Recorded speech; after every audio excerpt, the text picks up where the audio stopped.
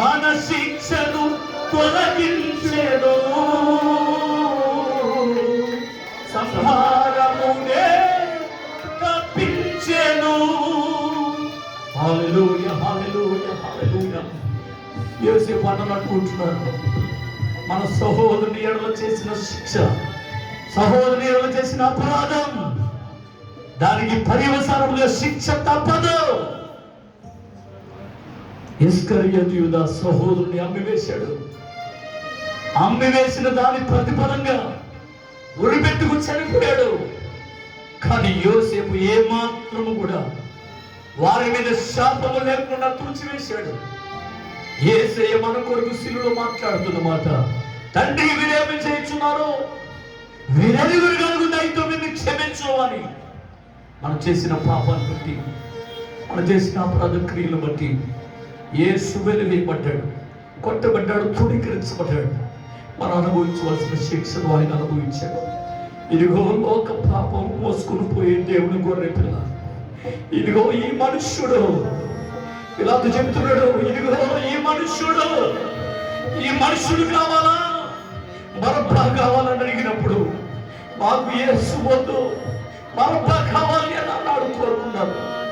యేసు సిలువ వేయమని ఆనాటి ప్రజలు చెబుతూ ఉండగా యేసు నీ కొరకే ఆయన అప్పగించబడ్డాడు. యేసేపు ఎలాగైతే అమ్మబడ్డాడో మన కొరకు యేసు అమ్మబడ్డాడు.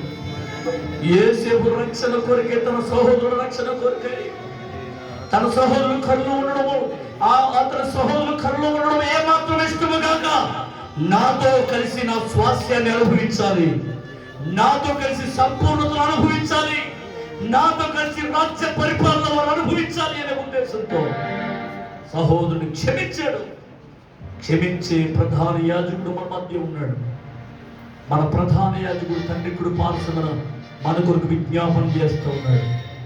మనను ఆయన రాజ్యానికి తీసుకురావడానికి నేడు రేపు రాబోతున్నాడు. ఒకవేళ పాపంలో శాపంలో అనగారిపోతున్నావేమో, దేవుని దగ్గర క్షమాపణ వేడుకునే రక్తంలో కడుగుండే వ్యక్తి అయితే ఖచ్చితంగా నీ శాపాన్ని కొట్టివేసి, ఈ పాపాన్ని తొలగించి నేను పరిశుద్ధునిగా మార్చి, ఆయన రక్త ప్రోక్షణం కలిగించి నేను పరిశుద్ధునిగా మార్చి ఆయన రాజ్యపు వాసనగా చేయబోతున్నాడు. హృదయపూర్వకంగా ప్రభు సన్నిధిలో వేడుకుందాం. పశ్చాత్తాపంతో చేసిన పాపాలు, చేసినటువంటి అతిక్రమాలు ఏమైతే ఉన్నాయో, దేవునికి వ్యతిరేకమైన పాపాలు ఏదైతే నేరాలు ఏమైతే ఉన్నాయో దేవుని దగ్గర కడిగి వేద్దాం. ప్రభు సన్నిధిలో విశ్వాసంతో ఒప్పుకుందాం. కన్నీరు వచ్చి మన పాపములను ఒప్పుకుంటారు. దేవుడు నమ్మదగిన వాడు కాబట్టి మన పాపములను క్షమించే సమర్థం చూడండి. మన పవిత్రుని చేయడం వాక్యం సేవిస్తున్నాం. ప్రభు సన్నిధిలో విశ్వాసంతో ఒప్పుకుందాం. పరిశుద్ధుడా, నీతిమంతుడా, పవిత్రుడా, ఆ కొరకు పరమ నుంచి లోకానికి వచ్చి విలువైన రక్తం చెందించిన ప్రభువా, ఈరోజు నీ సన్నిధిలో నీ వాక్యాన్ని విన్నాం ప్రభు.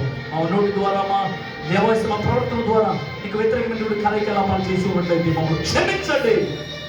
ఈ రక్తములు కలిగి పరిశుద్ధులుగా మార్చమని దేవుని ఎందుకు ఈ లోకానికి వచ్చో మాకు తెలిసింది ప్రభు. దేవ, మా దాంపత్య జీవితంలో, మా నిజ జీవితంలో, వ్యక్తిగత జీవితంలో ఎన్నోసార్లు నేను అమ్మివేసి ఉన్నావేమో, దాని అపరాధ శిక్ష మా మీద లేకుండా క్షమించావు. ఇస్కరియోతు యూదా తెలియని వాడుగా నిన్ను అమ్మివేశాడు, తన నరకానికి పోయాడు. మేము అలాంటి వారం కాదు. మేము క్షమించబడినటువంటి గుంపులో ఉండాలని ఈరోజు నేను వేడుకుంటున్నాం. పాపములు ఒప్పుకుని దేవుడు నమ్మదగిన వాడు కాబట్టి మీ పాపములు క్షమించి సమస్త దుర్నీతులను మీరు పవిత్రులుగా చేస్తాడు. యోహాను 1:19 సెలవిచ్చినట్లుగా ఈరోజు నీ సన్నిధిలో మా పాపాన్ని ఒప్పుకుంటూ ఉన్నాం.